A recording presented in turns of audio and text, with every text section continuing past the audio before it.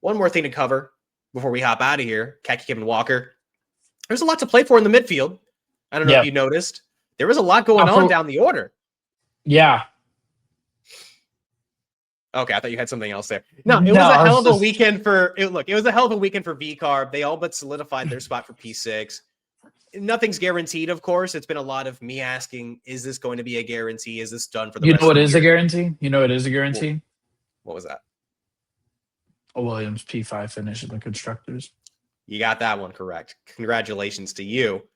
But moving into P6, they called me a madman. I called you a madman. I was like, oh man, they were good last year. I don't know about P5 good, but hey, I'm happy for Williams. We're all happy for Williams. Look, a week after I built up a possible fight for P6, VCARB tallied a 10-point finish to boost them 10 clear of Aston Martin and the Constructors. With points, of course, trickling down further down the order, it's harder to imagine Aston Martin, Haas, or Sauber leapfrogging the Red Bull sister team in my eyes.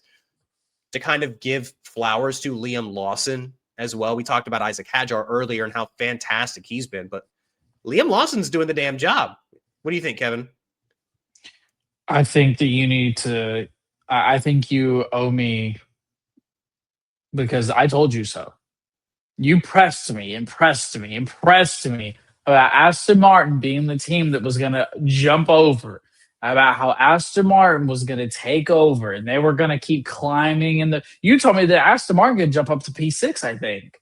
And I said, no. I said, VCARB is, other than Williams, VCARB is the best team in the midfield. You got it. Good job. Do you feel better? I do feel better. Do you feel vindicated? Good job, buddy. I just want to hear you say, Kevin, you were right and I was wrong. Kevin, you were right and I was wrong. Okay. What am I too proud to admit that I was wrong on something? No. What am I, an unhealthy person? I try to be healthy. Look, speaking about VCARB and P6, I know you're confident and cocky. It's not an impossible gap to surmount if you're Aston Martin or you're Haas or you're Sauber. But with how crazy the season has been in terms of drivers finding the podium especially, we saw Nico Hülkenberg grab a podium for the first time in his career. Isack Hadjar grabbed one. Carlos Sainz grabbed one. We weren't expecting it. Anything is still possible these final 3 weekends, Khaki Kevin Walker. Mark my words. But, and here's the but, it's going to be kind of tough. There's a lack of projected volatile weather to make some interesting things happen, which basically means VCARB have every opportunity to ride off into the sunset with P6 under their belts, a happy season to go, complete the P6 push on pure pace, by the way. And they've shown that they're capable of performing well this season. Liam Lawson, I've talked a lot about him in recent weeks. He kicked ass, dude. He really has been kicking some ass. A P7, if I'm not mistaken.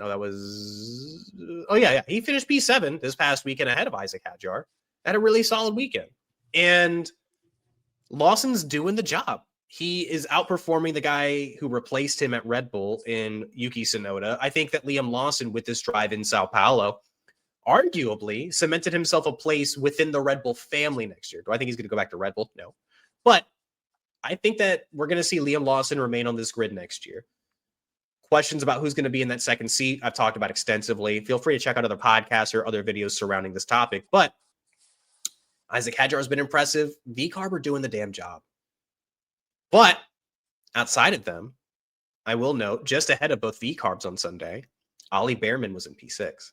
Yes. And he helping push Haas 12 points behind VCARB, a 12-point gap that is, again, not insurmountable. Haas is just 2 points behind Aston Martin for P7 in the Constructors, which is where Haas finished last year after overachieving in 2024.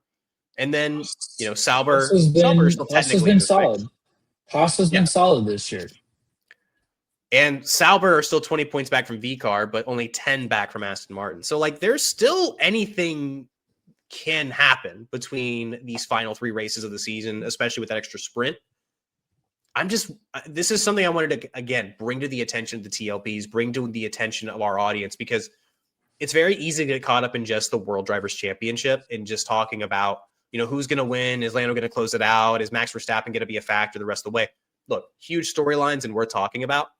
But as you walk down the rest of the season, it can sometimes be very easy to forget what's happening down the order. And there's still a lot to play for, especially with these smaller teams that are fighting for tens of millions of dollars in prize money, in bonuses and infrastructure. Guys are hitting incentives. Guys are trying to get paid. Every single one of these teams believes that they can be P6, and P6 is their world championship this year. Yeah, for sure. I mean, that's exactly correct. Yeah. So I wanted to take a moment to just really highlight this, telling you guys, look, they might not get all the screen time on an F1 Sunday, but hey, watch those times down the order. Keep an eye out for it. It's worth talking about. It's worth, especially Isack Hadjar. Especially Isack Hadjar. The kid's been fantastic this year. Not often is he beaten by Liam Lawson, and he was just barely beaten by Liam Lawson this past Sunday. But I wanted to take a quick moment to highlight that. The midfield is still very much so up in the air. It's very much so at